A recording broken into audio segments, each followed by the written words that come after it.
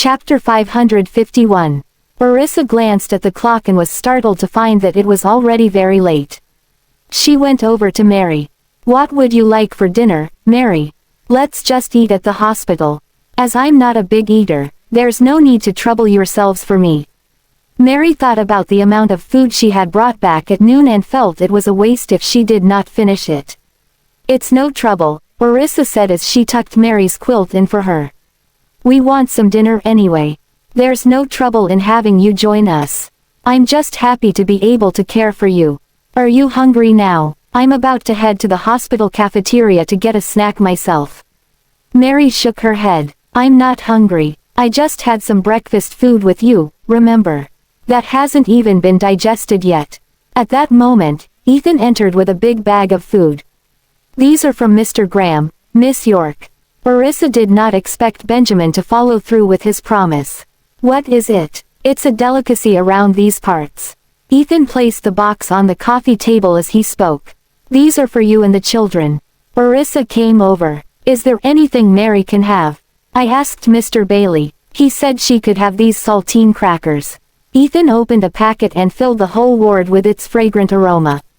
Though they looked like dessert crepes, these crackers were of the savory kind. With a side of horseradish sauce and sprinkled with crushed peanuts and sesame seeds, it made for a very authentic and satiating snack.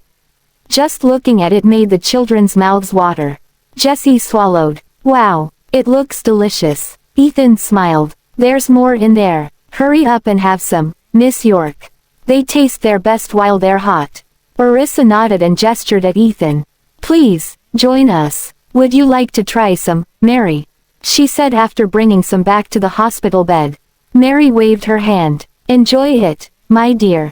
Don't mind me. I'm not hungry. Just a taste." Orissa coaxed, aware that the older woman was simply being polite. Mary gazed at the remaining crackers in the box. "Do you have enough for yourselves?" "Plenty for all," Ethan replied with a smile as he beckoned the children to eat. "I bought enough for everyone to each have their own packet." Orissa sat beside the bed and fed Mary. "Set up the tray, will you, Isa?" Mary requested with a gesture. "I can manage on my own." "All right." Orissa agreed it would be at Mary's convenience to have a table, so she obliged the latter before continuing to feed Mary. "I can't finish the entire packet," said Mary. "Leave me a few pieces, and you can have the rest." "You can have some too, Tim." Mary told Orissa that as she spent most of her time lying on the bed, her digestion was so slow that she was still full from the snack she had had prior. "All right, Mary." Noticing Mary's uncomfortable squirming, Orissa obliged the old lady by apportioning a few pieces for her. "Hurry up and eat it while it's hot." "I'll do the same." Mary picked one up and nibbled at it slowly. Orissa watched her for a while. She only began to eat at Mary's second reminder. She looked at the children and saw to her satisfaction that all six were seated and eating obediently. "I'm going to see if Bradley is here." Orissa walked to the door as she ate and found the corridor outside empty. "Have you seen Mr. Hinton, kids?" She turned back and asked the children. "Mr. Hinton. Mr. Hinton was just here. Did he go to the bathroom?" The children exchanged confused glances. Orissa pursed her lips. Turning to glance at the corridor again, she saw Benjamin engaged in discussion with Sean, Kingsley, and several doctors. She put her cracker down and hurriedly wiped the corners of her mouth before walking over. "Why isn't Mommy eating anymore?" Jasper wondered aloud as he hurriedly followed her to the door. Oliver followed suit. Bringing with him his morsel, he leaned against the door to peek outside. "Mommy went to look for Mr. Hinton," Jasper announced. His interest peaked in an instant. Oliver giggled. "I don't see anyone else." "I'm positive that's not where she went." Oliver glanced at Jasper as he spoke and deduced something from his brother's expression. Chapter 552. Jasper saw the doctors in white coats frowning when he got closer. "Are they discussing Grandma's illness? Let's go have a listen." Oliver's eyes flashed as he pulled his younger brother in the other direction. "Where are you going?" Zachary shouted after their shifty figures.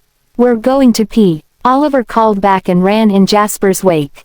"They're over there," Jasper indicated to Oliver. "We have to eavesdrop," Oliver declared as he took Jasper for a detour around the back. They won't let us listen when they see us. Meanwhile, Benjamin shot Sean a look of warning as Orissa approached. There shouldn't be too many men standing guard over Mary's ward, Benjamin, Sean said tactfully to change the topic. She needs some quiet. A man or two should be all the help she needs. Good point. Benjamin looked at Orissa. Tell her that. I heard you. Orissa glared back at him before turning to Sean. Has Mary's examination report come out, Dr. Bailey? She asked, anxious to find out beforehand if Mary's condition was severe. Sean glanced at Benjamin before answering Orissa. It's out. Her condition is slightly more complicated than we anticipated. Orissa became nervous. What complications are we talking about here? Benjamin glared at Sean. Mary's diabetes is more serious than my initial diagnosis, Sean admitted, deeming it better to tell her the truth than to have her anxious imagination run amok. Her other ailments are not easily treated as well, I'm afraid. Surgery is required to get rid of her kidney stones, for starters. Aside from those, the rest are just common symptoms of the elderly. Being as fragile as they are at that age, even the smallest bumps and bruises has the potential to become something much worse if left untreated. Are those the only two serious conditions? Orissa urged. Sean nodded. This is Mary's test report. Here, have a look. Orissa took it from him. Skipping the jargon, she went straight for the summary. Mary has a pretty bad cough too, he continued. Being a victim of bronchitis, her heart and lungs are more vulnerable than most. We have a gradual treatment plan, so it'll be a load off your shoulders. However, there is no cure for diabetes at this point, so the best course of action would be to control the disease. Orissa nodded, thankful that that was the extent of it. Carefully perusing Mary's physical examination report once more, Orissa read the details she had skipped earlier. In addition to what Sean said, Mary was also afflicted with gynecological inflammation, arrhythmia, and cerebral vascular sclerosis. Orissa sighed. Benjamin took the report in her hand before turning to Sean. Work out the best possible treatment plan for her you can and let me know what you come up with. Sean nodded. Kingsley and Bradley also sighed when they heard that Mary was so sick. I wouldn't worry too much, Sean went on. As long as sufficient rest is had post-surgery, Mary would still regain the health a person her age has the right to be. However, long-term consumption of medication is necessary to control her other diseases. Some may be cured, but others, such as diabetes, will never be. Right, Orissa nodded. That's not so bad. I'd expected it to be much worse. Dr. Bailey, can Mary return to Delmore for treatment? As Orissa was expected to be at work and to send her children to school, having Mary treated in Delmore would be the most convenient for her. Besides, modern medical amenities in the big city were more readily available. Sean maintained his smile as he gazed at Benjamin. Orissa, too, was watching the man. Why don't two of you talk it over? Sean grinned uncomfortably. It's not my place. Aren't you a doctor? Orissa demanded hotly after an initially startled pause. I'd say it is your place. What would he know? He isn't a doctor. Sean was stunned at her bravado for daring to challenge Benjamin. Though Benjamin was not an expert in medicine, Sean was familiar with the former's capacity to learn. If Benjamin devotes himself to medicine, he will be a far greater doctor than I could ever be. Chapter 553. Even Kingsley couldn't stifle his laugh and teased Benjamin. I guess there are still some things you don't know, huh? Benjamin scowled in response. Ethan turned around, trying to conceal a smile. Bradley merely shot Benjamin a glance and dared not laugh. Still, he greatly admired Orissa. My boss is such a pro. Can we change hospitals? Orissa asked Sean. With a nod, Sean turned to Benjamin and began to explain after seeing the latter remain silent. Yes, but you'll have to wait until Mary's condition stabilizes. If nothing critical happens from now until tomorrow, there won't be any problem changing hospitals. She'll just be transferring to Delmore, anyway, not to some other hospital in Northstream.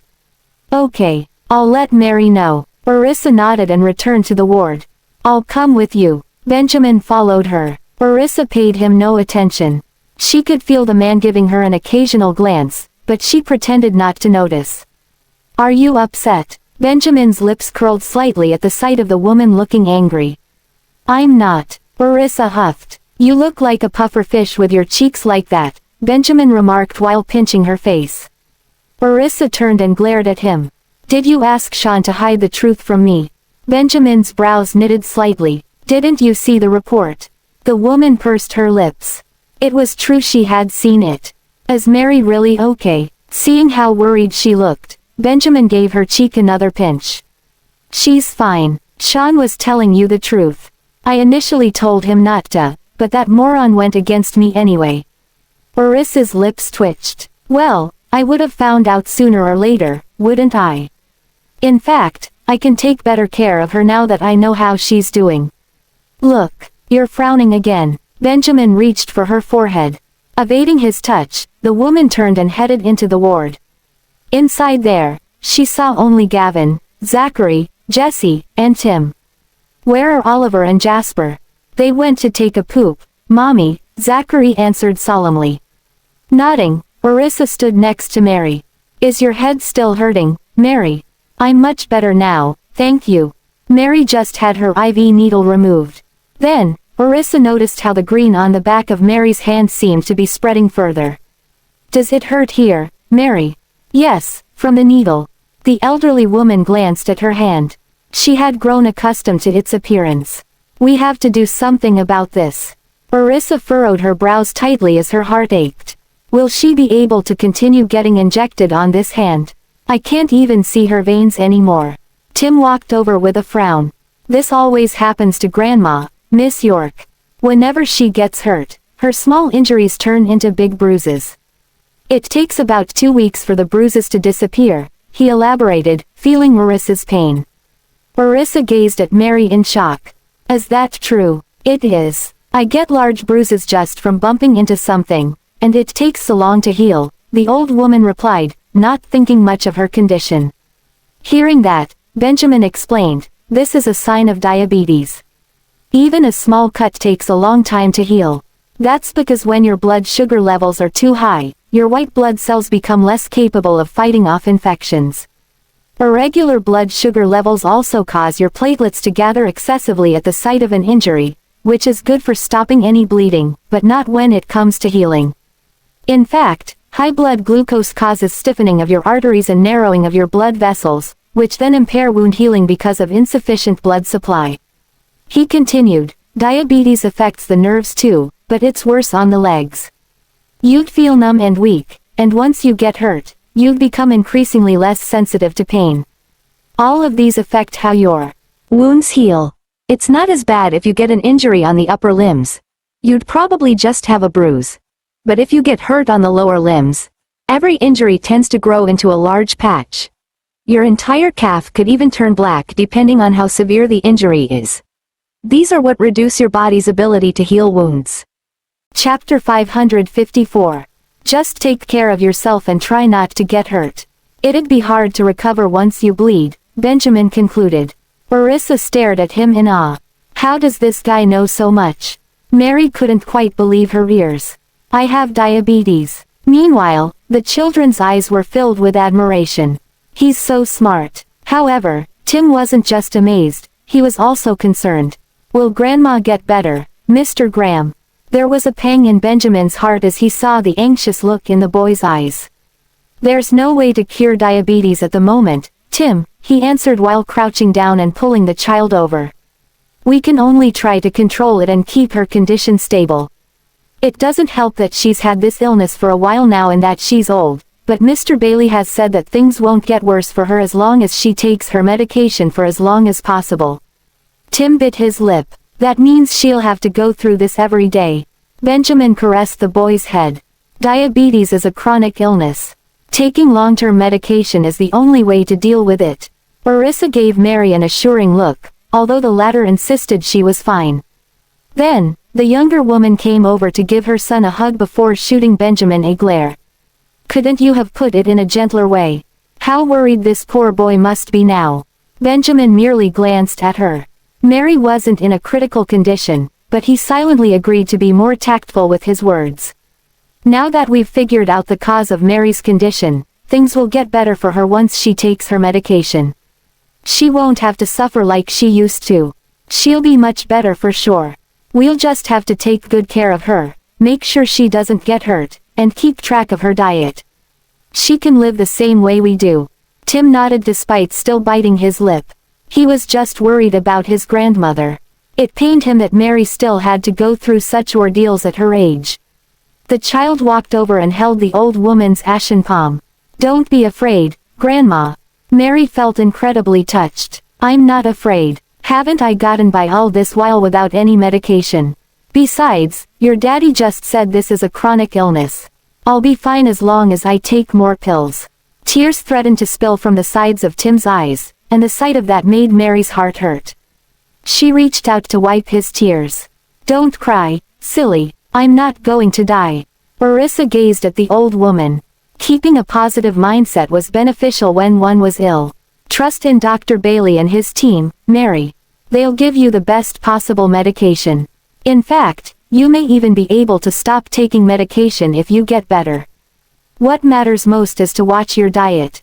Try not to eat or drink anything that has a lot of sugar." Mary nodded in response. "I'll be sure to watch what I eat." She then caressed Tim's head. "Help me keep track of my diet, okay?" "I will." Tim nodded fervently, making a mental note. Then, Orissa took his hand.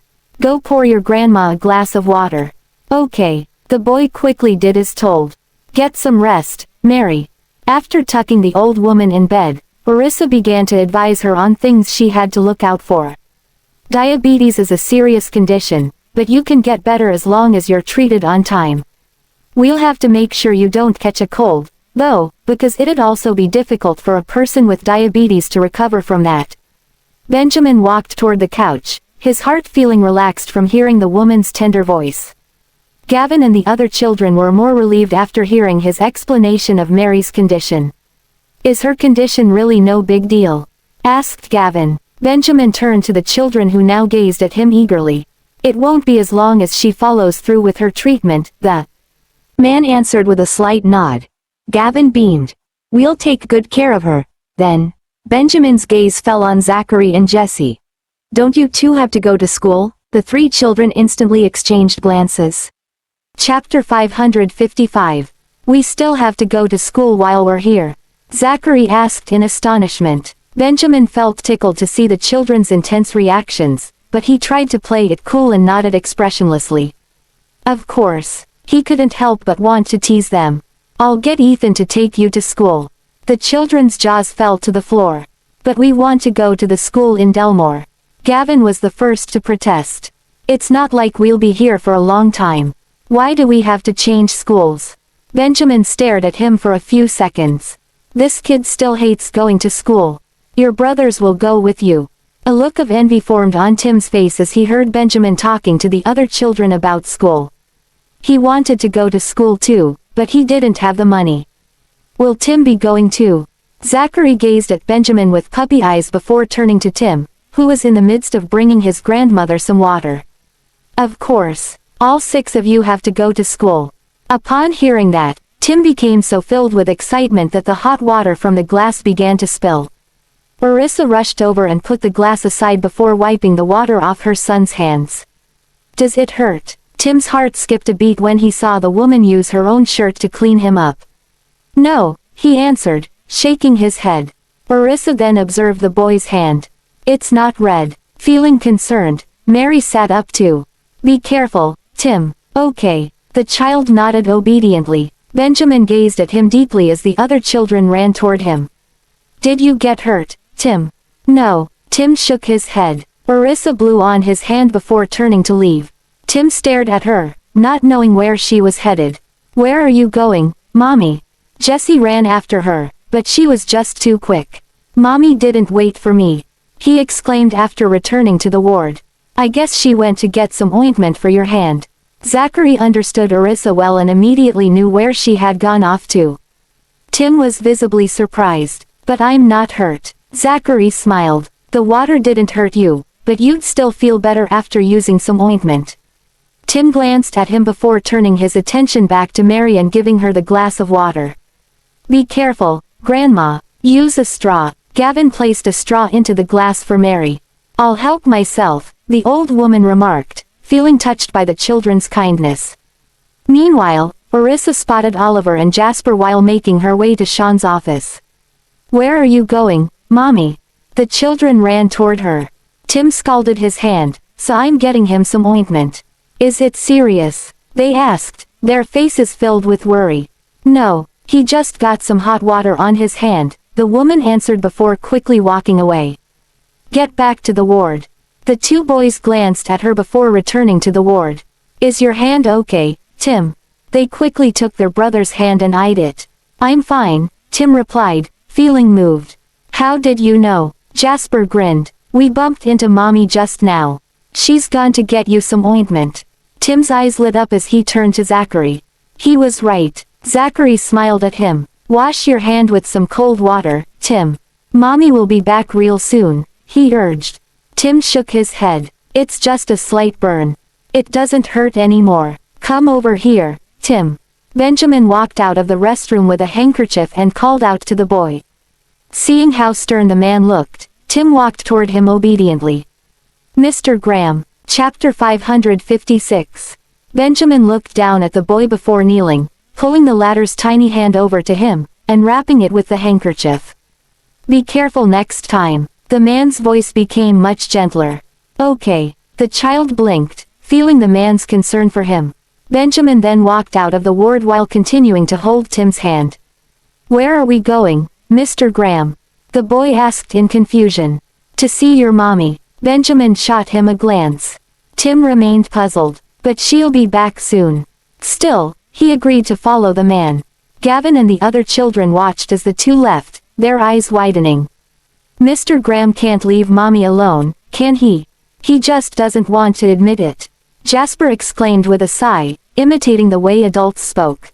"Right, she'll be back real soon, but he can't even wait another second," Oliver chimed in while adjusting his glasses. "Does Mr. Graham like Mommy now?" Jessie stared at her older brothers with her large eyes. Mary chuckled upon hearing the children's conversation. "Isn't Mr. Graham your daddy? Why do you still call him Mr. Graham? Is he not together with your mommy?" She had initially thought Orissa and Benjamin were a married couple, but after spending more time with them, she soon noticed that the two didn't seem as close as husband and wife should be. "Mommy's not with Mr. Graham," Jasper remarked with a smile. "They're not together." Mary was bewildered. "Nope, Mommy only came back to Chanaya a while ago," Gavin explained. "She and Daddy barely knew each other, and she was just working at Daddy's company. They only started talking to each other more after she found me." Mary was still in the dark. "Does that mean Issa became pregnant before marriage? That poor girl. It must have been so hard for her, having to raise 4 kids on her own." Her heart broke for Orissa. "Your mommy must have worked so hard to raise you on her own." Zachary nodded. "It was hard for her, but things are better now. Don't feel like you're troubling Mommy, okay? She'll be sad if you do." Mary was touched. "Okay, thank you, children. I'm so thankful for your mommy too. She's so much better than my good-for-nothing son. We'll take good care of you from now on. Don't you worry." Jessie beamed at her, looking utterly adorable as she revealed a toothless smile. "Okay." Mary was beyond elated. "We shouldn't disrupt her sleep," Gavin reminded his siblings before turning to Mary. "Get some rest for now." With a nod, Zachary, Oliver, Jasper, and Jessie sat next to the old woman. Mary was delighted to see that. Meanwhile, Benjamin had left the ward with Tim not to look for Orissa, but because he had something to discuss with the boy. He carried Tim to a chair on the hallway and sat down. The child glanced up but quickly looked downward after meeting Benjamin's gaze, feeling nervous. "What does he want to talk about?" Benjamin stroked the boy's head. "Tim." "Yes." Tim looked up again, only to hastily avert his gaze once more. Seeing how nervous the boy looked, Benjamin put on a gentler demeanor. "Have you been to school, Tim?" Tim shook his head and kept his head low. "Many other kids from the village don't go to school. Even those who do would only start going when they're 7. I'm not old enough. There are people who do send their kids to kindergarten, though. But we can't afford it. It costs a few thousand per semester. That's way too much. I still have to make sure Grandma gets treated." Will there even be enough money for me to go to school when she gets better? But I want to go to school like other kids do. Chapter 557. Feeling sorry, Benjamin carried his son and seated him on his lap. I'll let you go to school, then.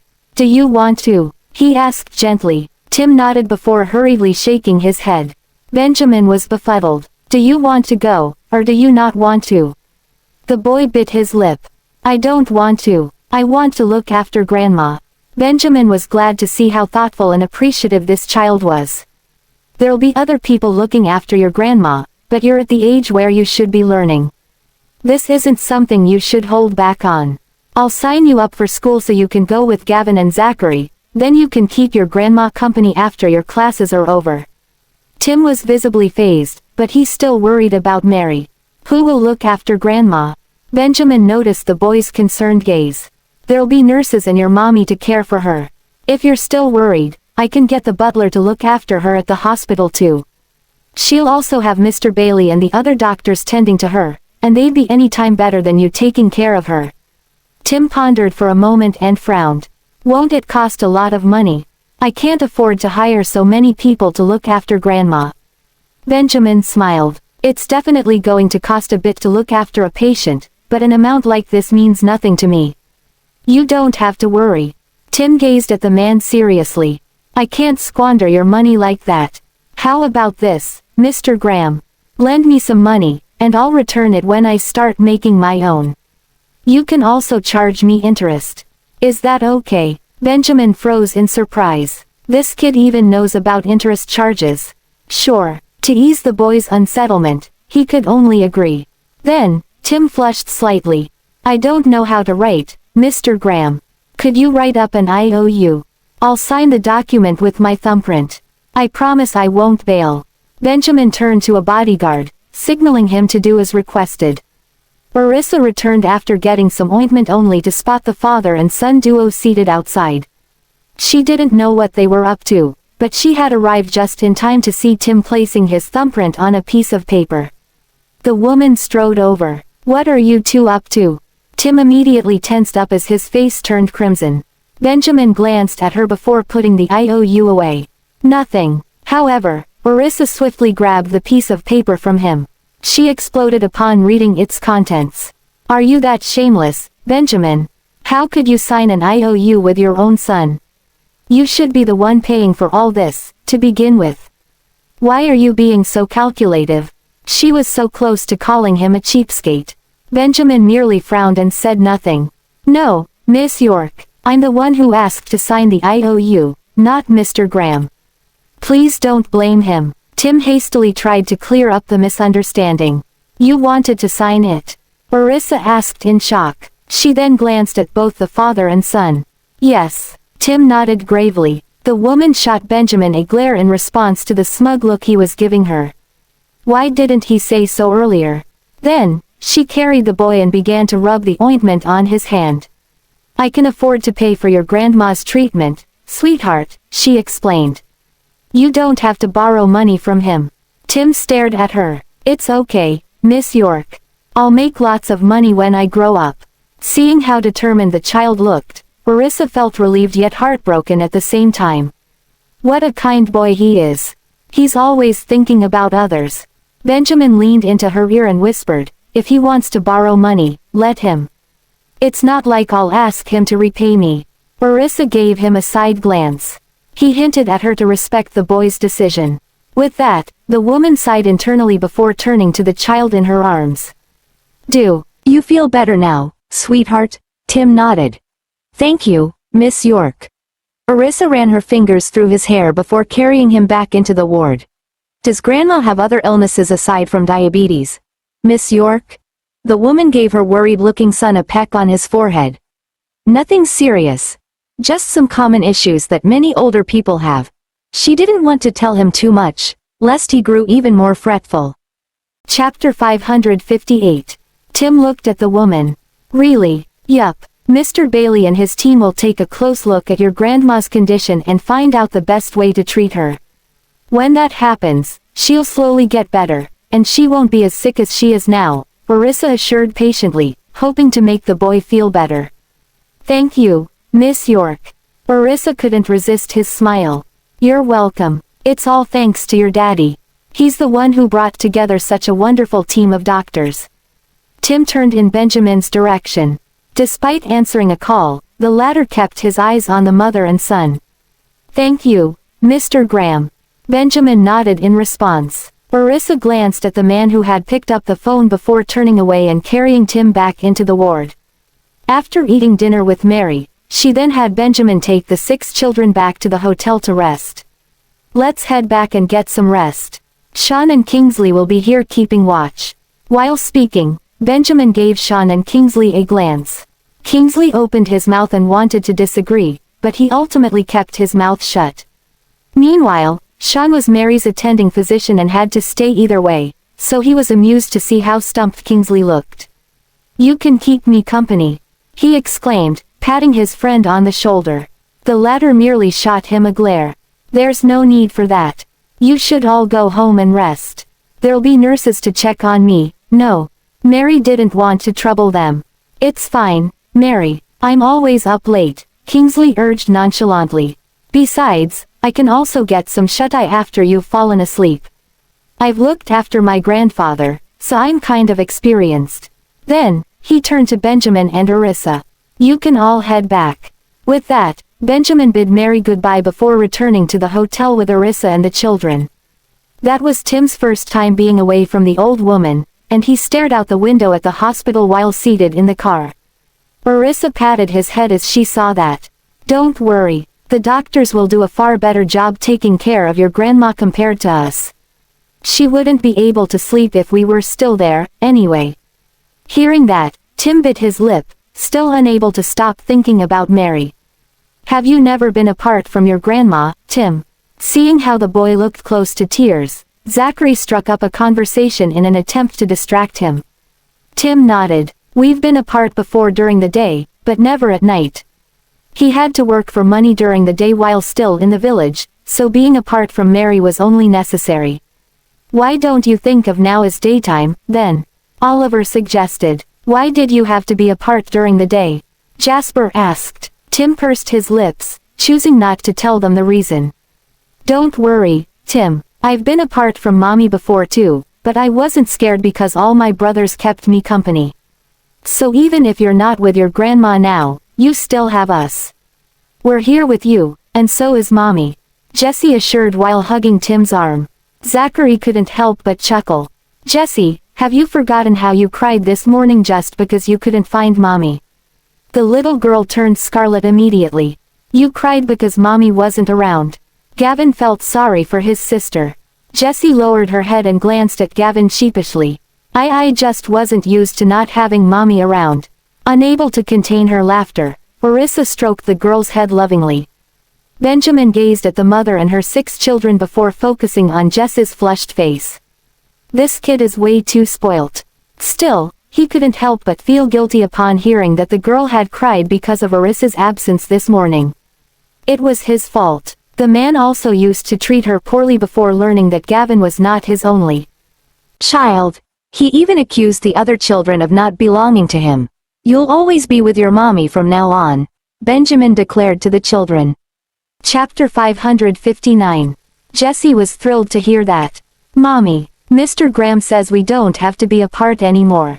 Orissa beamed and tousled the girl's hair before glancing at Benjamin.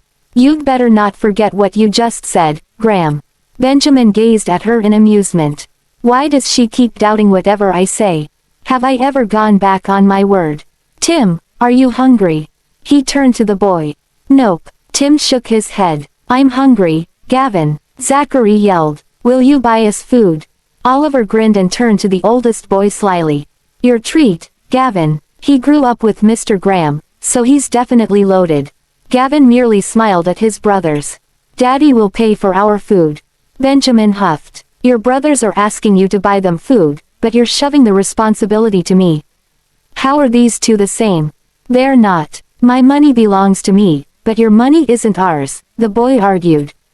Benjamin's lips twitched in response. How is my money not theirs? You wouldn't mind buying us supper, would you, Graham? Seeing how the children wanted to have supper, Orissa gave Benjamin a wink. What do you feel like having? The man asked, his gaze softening instantly. The children were stunned by his sudden change in demeanor. He's so biased. What do you want, sweethearts? Orissa turned to them. Can we go to a marketplace? We'll only know what we want after taking a look at what street food there is. Jessie said coquettishly. Orissa glanced at her before turning to the other 5 children.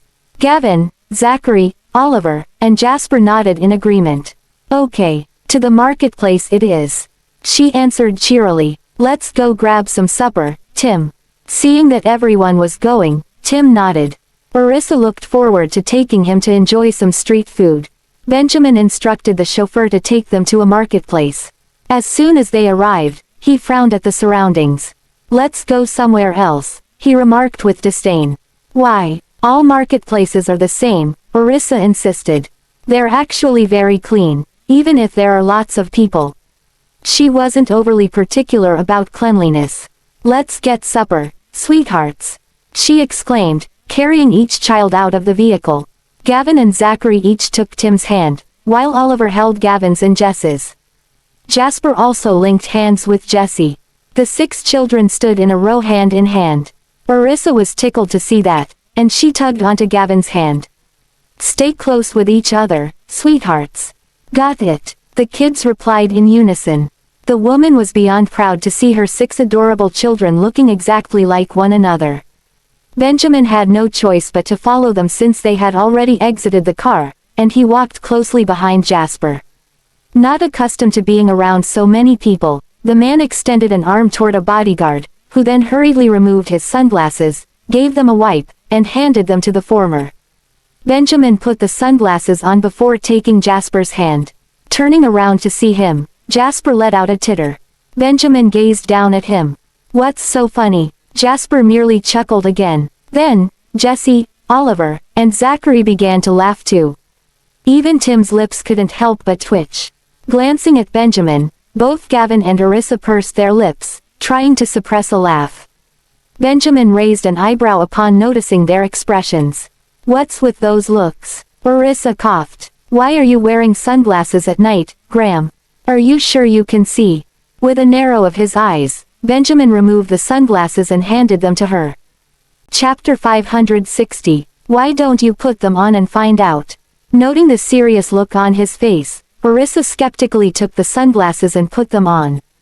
To her surprise, she could see clearly. These weren't regular sunglasses, they were dark, but they could easily be used at night. She returned them to Benjamin. I'm so ignorant, sorry. Being poor has stifled my imagination, she sighed. Benjamin didn't know how to respond. Meanwhile, Zachary, Oliver, and Jasper let out another giggle. Do you like these sunglasses, Mommy? I'll buy you a pair. Gavin looked up at her and smiled. Orissa caressed the boy's head. But I don't like wearing them at night. You can wear them during the day. You looked so pretty wearing them just now, Mommy, he gushed. Orissa chuckled. There was nothing more delightful than being praised by one's own son. I'll be waiting for you to buy me a pair, then. She couldn't say no to such a gift. Benjamin turned to her with knitted brows. I have another pair in the car. This kid sure knows how to sweet-talk his mom, huh? Orissa cast him a glance. I prefer one given to me by my son. Benjamin pursed his lips. Gavin stifled a laugh at the sight of his father being rendered speechless. Tim eyed the sunglasses Benjamin was wearing. Mommy does look good in them. He then snuck a glance at Orissa. Mommy really is pretty. Noticing the boy's gaze, Orissa turned to him and flashed him a radiant smile. Tim blinked shyly before hastily looking away. The woman's smile widened as she saw the boy's adorable side. Then, she took the kids into the marketplace. Many looks of envy fell on the 6 identical children. Then, those same eyes turned to the children's parents, both of whom had beautiful facial features. Most people there gazed at the children, but there were also many who couldn't stop staring at Orissa and Benjamin. However, they couldn't observe Benjamin's looks clearly enough since he had sunglasses on, so a larger number of people would glance at Orissa instead, especially the men. Benjamin's eyes narrowed. Those sunglasses he wore helped to conceal his sharp gaze, but his presence remained overwhelming. The men who noticed him staring at them dared not keep their eyes on Orissa for too long. Benjamin sized the woman up. Her long hair cascaded down her back as she wore a white t-shirt with ruffled sleeves and a pair of culottes.